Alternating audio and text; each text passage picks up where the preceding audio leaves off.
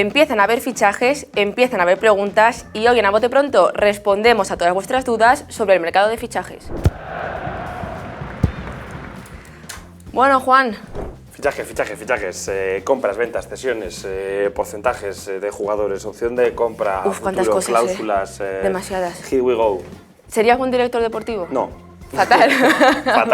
Fatal. Primero, para ser buen director deportivo tienes que aguantar una presión insufrible, porque estás en el medio de todo, porque sufres la presión de los aficionados, sufres la presión de los agentes, de los jugadores, de los directivos. Es un puesto difícil. Y nunca nadie está contento, yo creo. O sea, todo en verano siempre hay muchas quejas. Cuando un fichaje funciona, todo el mundo sabía que había que haber fichado, y cuando no funciona es que ¿cómo se te ocurre? ¿Por qué no el fichaje? Claro, sí, es posición ingrata, puesto ingrato en el fútbol, desde luego. Yo preferiría ser de los del equipo del director deportivo, ¿no? Un scout que está viendo fútbol. Tú solo pasas tus informes ya que decida. Estás viendo ahí la Liga NOS. No sé si no se llega la Liga NOS. No se llama Liga NOS ya, ¿no? Liga portuguesa, vale, ya está. Me pillas y me duele que me pilles con esta pregunta. No lo sé, Juan. Paula, pero bueno. Gran decepción para toda la gente. Lo de Paula y fútbol portugués era una gran mentira. Ha recopilado un montón de preguntas que nos ha mandado nuestra buena gente sobre el mercado de fichajes. Por Twitter, por Instagram, por YouTube. Muchas gracias. Por la calle, alguna que también te gritaron. Paula. Bueno, el otro día estaba en las fiestas de Teruel, esto es literal. Sí. Estaba yo, digamos, sacando todo el líquido que estaba yo ingiriendo en las fiestas. Del 0 al 10, ¿cómo ibas en ese momento? Bien, bastante bien. Vale. Estaba en un urinario de estos que son como 4 así, esquina, y te ves con el de enfrente. Que yo no conocía esto, me lo explicaron hace poco. Sí, en las fiestas de casi tipo San Fermín y tal, hay muchos por la calle, íntimo, gracias a Dios para que tal. Y entonces estaba, y literalmente el tío de enfrente me dijo, hombre, Juan Corellano, ¿qué opinas del fichaje? ¿Cuál me dijo? Creo que me dijo el fichaje de Madueque o algo así. Y yo, ¿Y tú? no sé. O sea, fue como un Q&A, pero live, un poco incómodo. No preguntéis a la gente, me está meando. Ya preguntarle a Juan Corellano cuando le veáis de fiesta, además. Sí, claro que pero cuando me veáis de fiesta, pero no meando. No, eso era que fue meando. Sí, no, terrible. En fin, este Q&A son preguntas digitales, en este caso. Exactamente, son preguntas digitales, así que, Juan, he seleccionado las que más me han gustado. Empezamos por la primera, en este caso las preguntas de Twitter con F de Fútbol, que nos pregunta cuál es el equipo que mejor mercado está haciendo hasta el momento y el peor. Vale.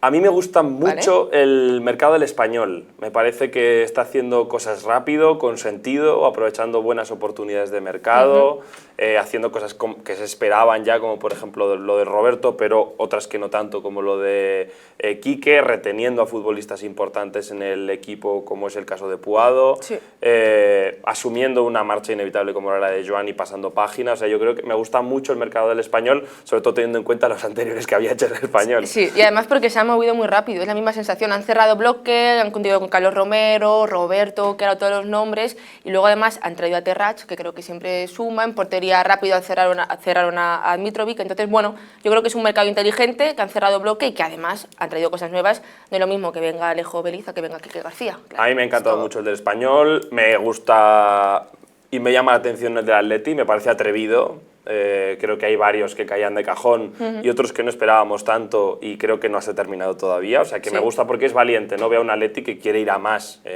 por lo tanto me alegro.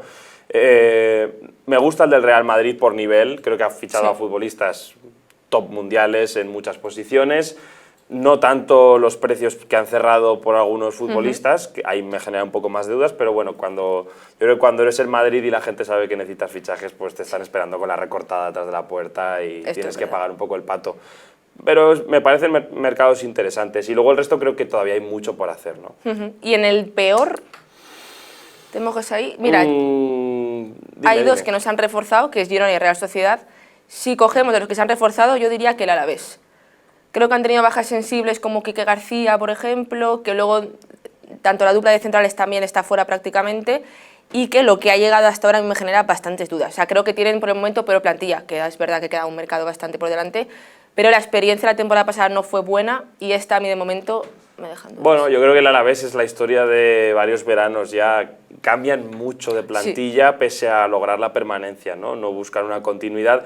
también muy influenciado porque tienen siempre muchos cedidos o mucho futbolista joven que sabes que si despunta te va a durar poco. Pero, bueno, más allá de eso, yo creo que sí. A mí una que me preocupa relativamente es la que tú mencionabas de la Real. La Real ha dejado ir a otro jugador franquicia y lo veo todo muy parado. Entiendo que estarán trabajando porque la Real es muy discreta, sí, esto es cierto, ¿no? La Real suele trascender poco a medios de comunicación. Es verdad que han cambiado de entrenador, han cambiado de director deportivo, vamos a darles un voto de confianza, pero ahí hay trabajo que hacer, ¿eh? Y la Real tiene que volver a Europa y Europa está cara. Sí, además porque no está sonando mucho nombre, que coinciden que es normal, suele ser un poco la manera de trabajar, pero de momento necesitan reforzarse bastante. Vamos, Juan, a la segunda pregunta de Nando García Torres, que nos dice ¿cuáles creéis que son los fichajes o los rumores que generan un salto de nivel a las aspiraciones del club que lo ha fichado? Roberto y el Español, me parece que si funciona igual de bien que el año pasado, es un salto de nivel para vivir un poco más tranquilos la temporada que viene. Baena y el Atleti, me parece que era el futbolista que necesitaba el Atleti para sacudir un poquito más el ataque del equipo madrileño. De hecho se vio en el Mundial de Clubes, ¿no? Como se atascó ahí arriba, volvía a producirse. Y no lo sé, me estoy dejando alguno seguro. Y yo destacaría a Huijsen en todo caso. Creo que lo que le hemos visto... Dinghausen, que con lo que le hemos visto creo que su impacto en el Real Madrid fue inmediato, que ya se notó el salto de calidad que había cuando estaba en el equipo, tanto en salida de balón como a nivel defensivo. De largo, el jugador, digamos, de nuevos fichajes y tal, que más me ha impactado, porque es verdad que yo a Hausen no le había visto tanto, lamentablemente, porque no tengo tiempo para ver la Premier y la Liga a la vez, y bueno, se ven ya cosas muy interesantes, ¿no? De central... Pues todo lo que hablaban es cierto, ¿no? Sobre Hausen me gustó muchísimo en el Mundial de Clubes. Es que es verdad, es ese jugador que había mucha expectativa puesta en él, ¿no? Que los que no ven la Premier dicen, ostras, son muchos millones, pero que luego lo ves jugar y al momento dices, vale, es cierto todo el hype que había alrededor. Estoy contentísimo con los centrales que tenemos en la selección española, top.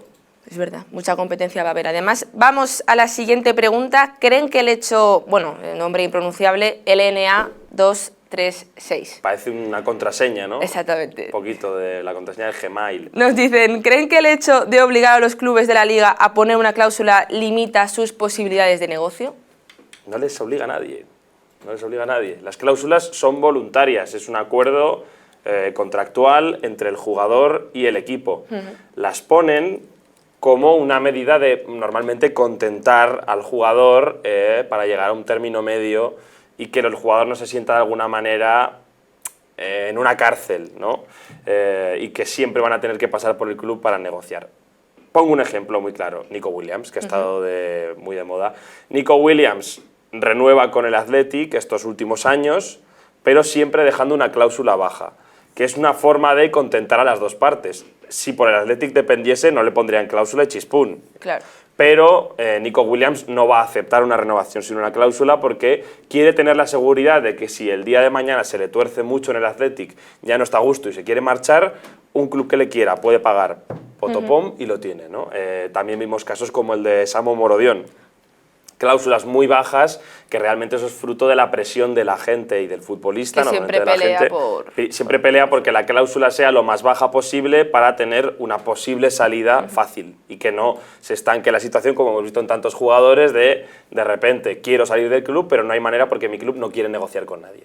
Claro, y entonces estás... Luego está la de poner una cláusula ridícula, ¿no? Que es la típica de 1.000 millones de euros de cláusula. Claro, que es lo mismo que no poner nada. Es una cláusula disuasoria que es como, bueno, pues si alguien está tan loco como para pagarme esto, llévatelo. Por favor. Todo para ti, ya está. Pues ahí queda la respuesta. Vamos a la siguiente pregunta. Arturo Mancebo, que nos dice, de los delanteros y extremos que hay como agentes libres sin equipo, ¿ficharíais algo con un mínimo de efectividad para el Rayo con poco gol? Esto me parece un outlet, pero de los que hay, contarás. Es interesante. Si ves la lista, Juan, Los outlets son outlets por algo. O sea, Sí, te quiero decir, la ropa de colección nueva está en la tienda Bueno, y hay que pagarla. A veces hay cosas interesantes. Claro. Hay que saber rebuscar, lo típico, te pones ahí en las perchas a buscar y a veces sale algo. Hostia. Pero con los futbolistas pasa igual, si están libres es por algo, Sí, alguna sí, sí. movida tienen. Esto Pero es bueno, verdad. esto es como la película de Moneyball con el tema del béisbol, que al final ahí entre las gangas se pueden encontrar cositas. Pues entonces, Juan, he visto qué delanteros hay. Vale, Muchos me gustan, muchos me convencen. vale. Bueno, es el mira. Rayo, el nivel que hay en la delantera es el que es. Sí, sí. Te suelto ha jugado nombres. sin delantero prácticamente. Te suelto nombres. Jamie Vardy. Bueno, Bueno. esto lo vi en el canal de Pizarritas y solo la combinación escudo con la cara o sea, ya me Ya te emociona. genera- esto me es emociona, verdad. me emociona. Esto es verdad. Además es un perfil como muy de los últimos delanteros que ha fichado el Rayo, ya Sí. veteranísimos. Como con Falcao, por ejemplo. Sí, carisma total. Molaría todo. ¿Va a suceder? No creo. No, ¿verdad? No creo. Jamie Vardy tiene un sueldo Premier, es un limitante grande. Jamie Vardy, Callum Wilson. Pero que claro, este también Guay. debe cobrar. Callum Wilson. Hombre, sí, molaría. No desencajaría en el Rayo. Yo creo que Callum Wilson está muy lejos También. del nivel que un día Ya. tuvo, ¿no? Muchas lesiones y tal, pero no creo. No creo. Y el no último creo. es Luka Jovic, que estaba sin equipo. Parecía que se iba a ir a México, al final no se va. Buah. El Getafe dicen que ha llamado a la puerta un poco a ver qué tal. Molaría tanto.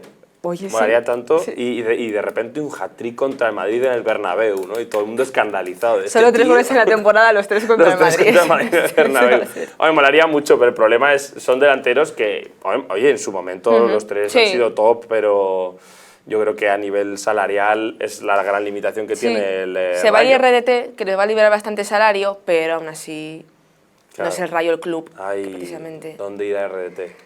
Con Vicente Moreno va a ir al Wacra. Al trinque. Al Exactamente, trinque. al trinque. Vamos a la siguiente pregunta. Max Weber 00 nos dice ¿por qué la mayoría de fichajes de la Premier se produce entre clubes de la propia Premier y cuando negocian con clubes de la Liga no llegan a ofertas tan elevadas? Esta pregunta es muy interesante que además tú me explicaste hace poco. Claro, hay varios factores. En primer lugar, que en una negociación el precio es el que alguien esté dispuesto a pagar. Es decir, yo pues te pido 50 por esta taza, tú no los pagas, pero si me los paga Íñigo, pues esta taza vale 50. Evidentemente luego no lo vale, Sí. pero si alguien lo ha pagado... Lo ha pagado. Con el tema de las negociaciones pasa que cuando negocias con alguien que sabes que tiene dinero, Claro, insisto, yo siempre pongo este símil, estás con la recortada diciendo... pero sí. Give me. Le pasó, por ejemplo, al Barça con Coutinho y Dembélé. El gran problema que tuvo el Barça ese verano es que le robaron a Neymar por un pastón y toda Europa lo sabía. Sí. Por lo tanto, Coutinho y Dembélé, el Barça negoció muy mal y yo jamás hubiera pagado ese dinero. Pero de alguna manera sabías que lo que fichases Vas a como sobrepagar. reemplazo de Neymar sabes que vas a tener que sobrepagar. Sí. Lo mismo le ha pasado al Real Madrid. El Real Madrid, todo el mundo ha visto las carencias que tenía esta temporada y estaban esperándole porque saben que ahora el Madrid lo necesita y lo necesitaba además con urgencia para el Mundial de Clubes algunos. De ahí que, por ejemplo, pues para el Liverpool fuesen unos cuantos milloncetes solo por dejar jugar a Trent Alexander-Arnold unas pocas semanas, que es lo que le queda de su contrato. Lo mismo pasa con clubes de la Premier. Cuando un club de la Premier va a negociar con otro club de la Premier, sabe que tiene pasta, porque viven en la misma liga, Sí. porque cobran el mismo dinero por la televisión. Y entonces dicen, no, a ti te lo cobro por el doble. Cuando van al fútbol español, lamentablemente lo que sucede es que esa desigualdad, además junto con la desigualdad de las normativas económicas, la liga mucho más estricta, la Premier mucho más laxa en cuanto a las pérdidas, se produce un choque y ahí pues bueno, la liga tiene un poco el menos poder en la negociación, por así decirlo. Más que luego hay otro factor que se pasa mucho por alto, que es el tema de los jugadores nacionales en la Premier. Los jugadores ingleses, los pocos buenos que hay, porque hay mucho maula, Sí. están muy cotizados, porque hay un requerimiento de un mínimo de jugadores británicos o formados en el fútbol británico que debe tener cada equipo, y los equipos de la Premier tienen muchos extranjeros, por lo tanto, ese Conor Gallagher de la vida... A la si mínima lo- que te sale un jugador inglés medio Claro, decente que pueda es ascender a la Premier. mucho más caro que un jugador extranjero normalmente. Sí. Pues ahí está la respuesta. Siguiente pregunta, gol de Roro, es que los nombres son raros. Gol de Rorro. Gol de Rorro. Gol de Rorro. ¿De Ror Riquelme o ¿De qué Rorro? o del otro? Bueno, no está para meter goles, no se haya roto la pierna o... Ah, sí, es verdad, Rorro, es verdad, sí, que no se sí, sabía sí, si era sí, fake o no. sí. Bueno, sí, un día una escayolada a una, el otro día a la otra. Sí, Un poco raro. un poco despistar. Esperemos que sea Roro Riquelme, que nos dice: con los fichajes que haya hecho el Atlético de Madrid y con los que suenan, ¿creéis que este año pueden estar en la pelea por la Liga más tiempo que esta última jornada? Deberían. Es lo que se le exige un poco. Si Y, no... bueno, y es para lo que hacen los fichajes, son fichajes de puñetazo encima de la mesa, ¿no? Y de intentar decir, voy a intentar montar un grupo para competir por todo. El problema que va a tener el Atleti es que el Barça de Madrid han espabilado bastante en las últimas temporadas, ¿no? Y quizás la ventana de oportunidad en la que alguno de los dos equipos está un poco más alicaído y tal, ya ha pasado. Sí. Yo creo que si el Real Madrid de Xabi Alonso funciona, y no tendría por qué no, porque están fichando grandes futbolistas y él es un gran entrenador, pensemos en que funcionaría, se suma a un Barça muy brillante, como el que vimos la temporada pasada, y el Atleti tendría que hacer una auténtica machada. Tendría que hacer pues una liga por encima de 90 puntos. Sí, o sea, es que no es fácil lo que se le exige al Atlético. Coincido en que se tienen que juntar, que tengas o un Barça o un Madrid en un momento peor, en ese bajón de forma, y cuando lo tengas, dar el paso hacia adelante, ¿no? Que yo creo que es un poco ahí el reto del Atlético. Aún así, evidentemente, la exigencia debe ser cada temporada dar un pasito más. Y no solo centrarse en Liga también, ¿eh? Está la Champions y está la Copa. Yo creo que lo que se le exige al Atleti es ser competitivo en todas las competiciones, ¿no? Y yo creo que está montando una plantilla para eso y está siendo valiente, cosa que me gusta. O sea que pensemos en que le va a ir bien al Atlético de Madrid. Ahora le hace falta un poco encontrar su juego con esas nuevas piezas para potenciar las habilidades de todos ellos, ¿no? Si juega como el año pasado, por momentos tan plano y demás, no va a poder sacarle el máximo partido a Sorloz, a Baena, a Almada, a Johnny, ¿no? Yo creo que va a tener que jugar un poco más adaptado a esos nuevos futbolistas y estoy seguro de que lo hará porque Simeone ha demostrado muchas temporadas que es capaz de hacerlo. Sí. Vamos a las preguntas de YouTube. Nos dice Saúl12: buenas chicos, la eterna pregunta, ¿mejor un fichaje top o varios fichajes de menos nivel para equilibrar el equipo? Por ejemplo, en el caso del Betis se habla mucho de fichar a Antony por un dineral, ¿lo ficharíais a él o ficharíais 3 o 4 jugadores de menor nivel? Muy buena pregunta. Sí, la verdad que sí. Buena pregunta. Yo creo que te voy a dar una respuesta súper aburrida, que es depende, ¿no? Yo creo que depende mucho de la plantilla que tengas en un determinado momento.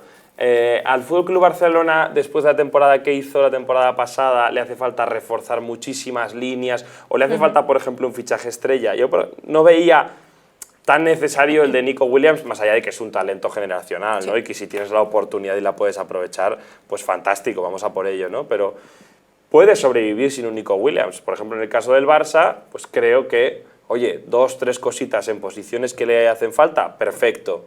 En otros equipos probablemente lo único que haga falta es algo que eleve el nivel de la plantilla, que me parece que puede ser el caso del Betis si no contases con que ha tenido varias bajas, ¿no? Es decir, Antony me parece un fichaje top que elevaría el suelo un poco competitivo del equipo, pero el problema es que se ha ido Jesús, el problema es que se ha ido Johnny y bueno, pues son 2 bajas que tendrás que tratar de suplir en el mercado, evidentemente.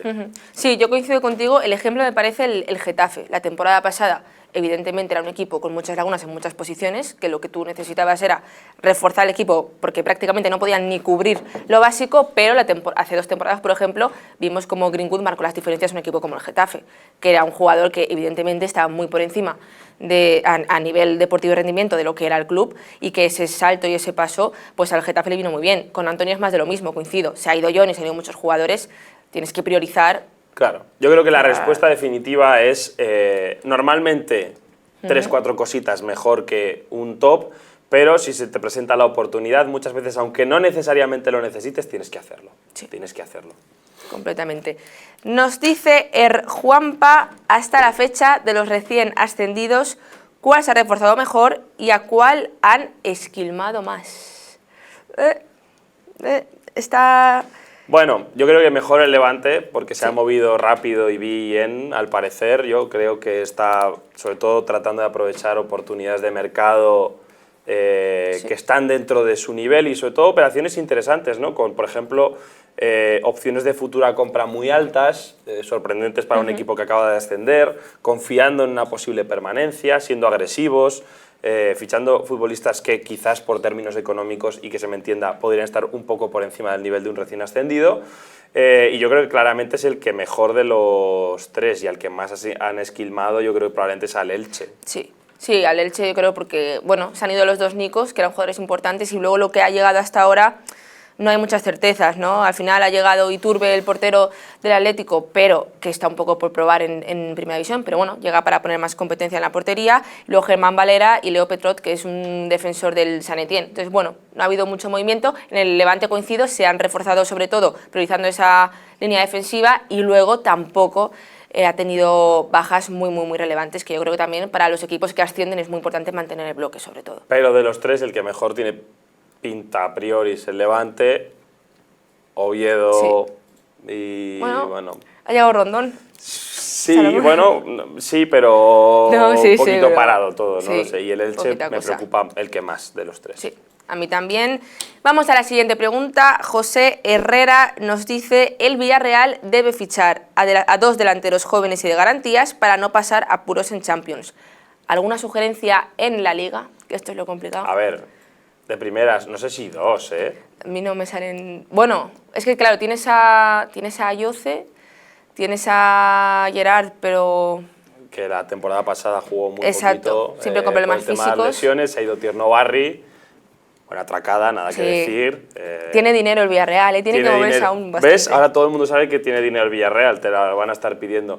Delanteros jóvenes. Bueno, yo también discrepo con lo de jóvenes, no necesariamente, ¿no? Evidentemente, pues si puedes evitar fichar a un tío de 35 años pagando traspaso, mejor. Pero no hace falta que todos sean Tierno Barri, ¿no? Es verdad que es un poco la estrategia reciente. Yo pensaba, así, de memoria, Luis Suárez todavía no se ha ido de la Almería. Es muy bueno, Luis Suárez. Pero ese rendimiento inmediato, ya es un jugador en una etapa más de madurez, tiene 27, si no me equivoco.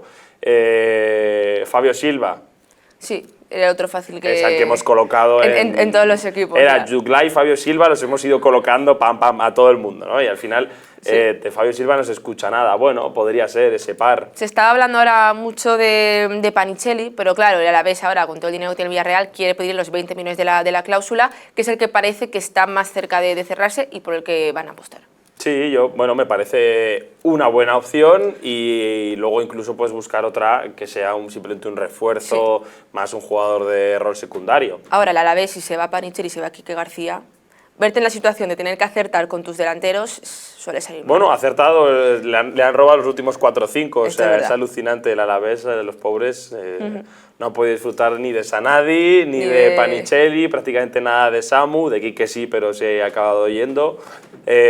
Bueno, tendrán que acertar, pero el Villarreal con esos, pues ahí tiene unos cuantos nombres. Pensaba también, por ejemplo, en Puado, pero me parece un perfil demasiado equivalente a Yoce, no terminas de tener un 9 más referencia, y no creo que se vaya del Español después del mercado que han hecho. Vamos con Víctor Campos, 87-68. ¿Ustedes creen que Rodrigo vale esos 90 o 100 millones que exige el Real Madrid a otros clubes, sabiendo que no viene de una gran temporada y que deben tener una renovación en la delantera del club blanco? Seré sincero, me parece que prácticamente nadie vale lo que se está pagando en estos mercados de hoy en día, prácticamente nadie.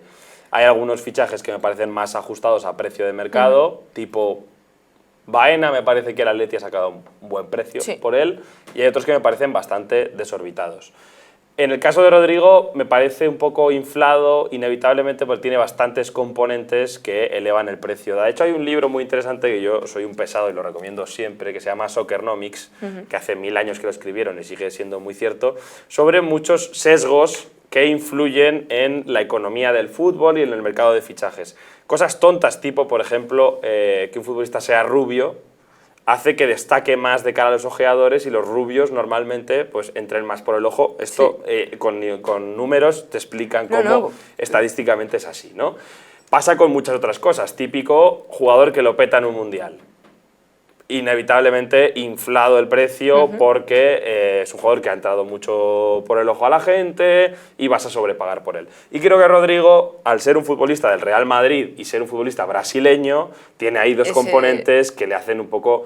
Si fuese húngaro y jugase en el Valencia, pues valdría menos seguro, porque tiene menos escaparate, porque atrae menos miradas, etcétera. Pero bueno, me parece que tampoco está lejos de ese precio.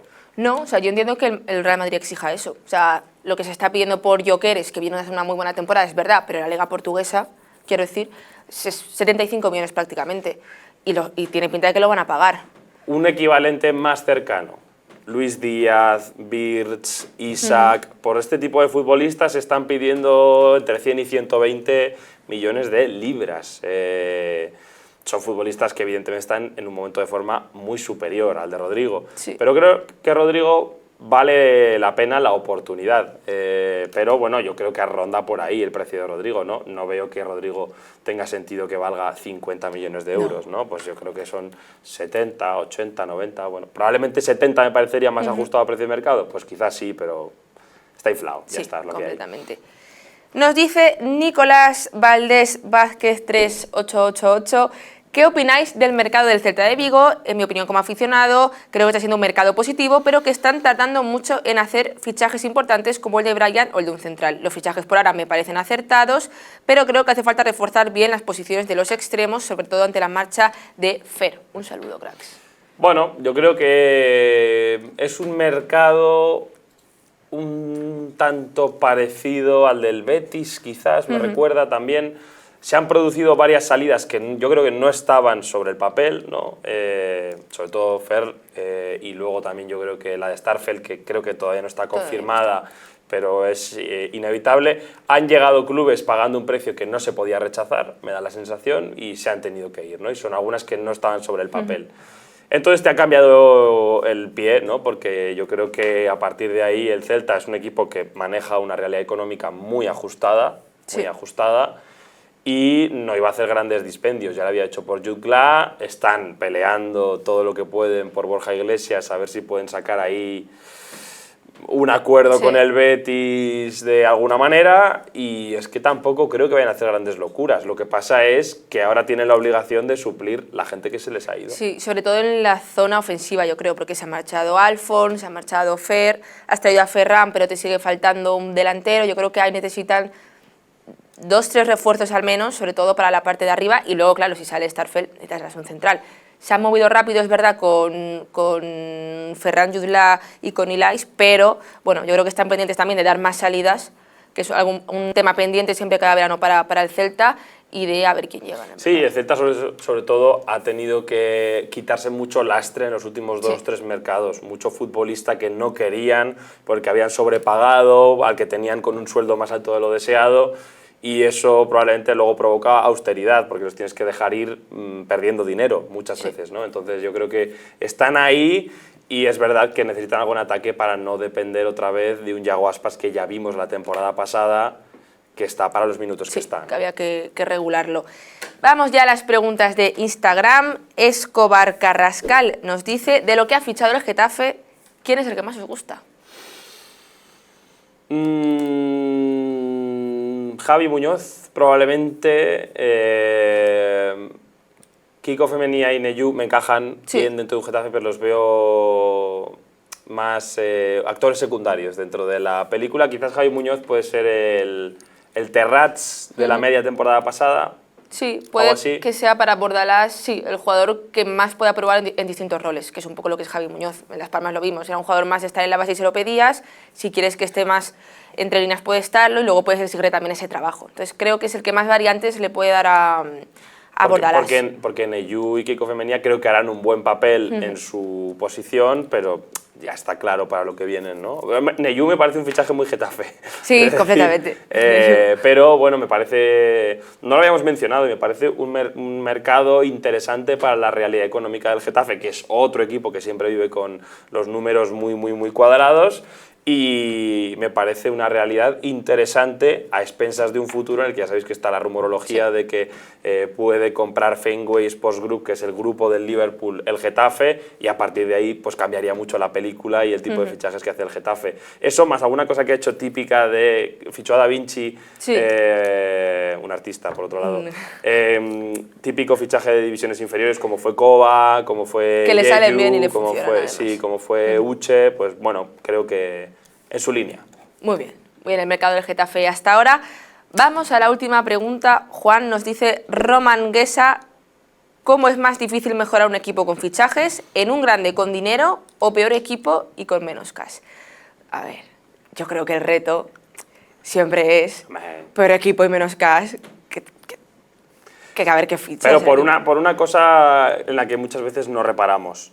A nadie hay que convencerlo para jugar en el Barça o en el Madrid o en el Atleti. Sí. Los futbolistas ya quieren jugar en esos equipos. De hecho, por ejemplo, salía en el fichaje de Almada un montón de fotos suyas con la camiseta del Atleti hace un montón de años. Claro, él está loco por ir allí, entonces ya te saltas una parte muy grande. Cuando eres un club grande, los jugadores de pequeño han soñado con jugar en un club como el tuyo. Mientras que luego, por ejemplo, cuando tú llamas a un tío sueco y le dices, hola, te llamo del Racing de Santander, ¿el qué? ¿Cómo? Y aunque sea un equipo histórico en España, probablemente para alguien de fuera no saben ni dónde está en el mapa. Entonces tienes que hacer una labor de convencimiento de, no, somos un proyecto interesante, que tal, por esto, por lo otro, por tal, y eso yo creo que es mucho más complicado. Más luego cuadrar los números, que con lo estricta que es la liga con los números, a los equipos pequeños les hace sudar, pero vamos, como a ninguno. Y luego también porque a nivel deportivo el margen de error, o sea, creo que puedes equivocarte en un fichaje si eres un equipo grande que has invertido dinero, que evidentemente es una cantidad importante, pero si eres un equipo pequeño y las 5 o 6 cosas que has traído no te funcionan, creo que ahí te la juegas más. Claro, luego es verdad que la dificultad en los equipos grandes es que todo el mundo quiere estafarte, o sea, la gente quiere sacarte un pastón, el jugador otro pastón, el otro club otro pastón, y ahí tienes que defender un poco tu posición, y hay veces que haces decisiones que son impopulares, como por ejemplo el año pasado el Real Madrid jugándosela no fichando al Enillo, ¿no? Porque aparece un United que quiere pagar un montón de dinero y tal, y luego te comes una temporada en la que te faltan centrales por todos lados, ¿no? Entonces, bueno, o fichar a un tío por 100 millones porque crees que es buenísimo y luego te la comes. También tiene sus dificultades, pero creo que es muchísimo más difícil ser director deportivo de un equipo de segunda división en España, por ejemplo. Sí. Eso es dificilísimo. Que nos diga la gente en comentarios qué le parece más complicado. Más preguntas que puedan tener. Su fichaje favorito. Me ha encantado el rumor de Gese a Las Palmas otra vez. Bueno, está Mariano entrenando en el Alavés, ¿eh? Está Mariano entrenando en el Alavés, sí señor. Muy bien. Puede ser, decíamos, delanteros para el Alavés, pues Mariano, ¿no? En fin, comentarios. Os vemos, gracias por ver el vídeo como siempre. Suscribíos si no estáis suscritos al canal. Dejad un like también. Fichad por A Bote Pronto. Por favor. Y nos vemos próximamente.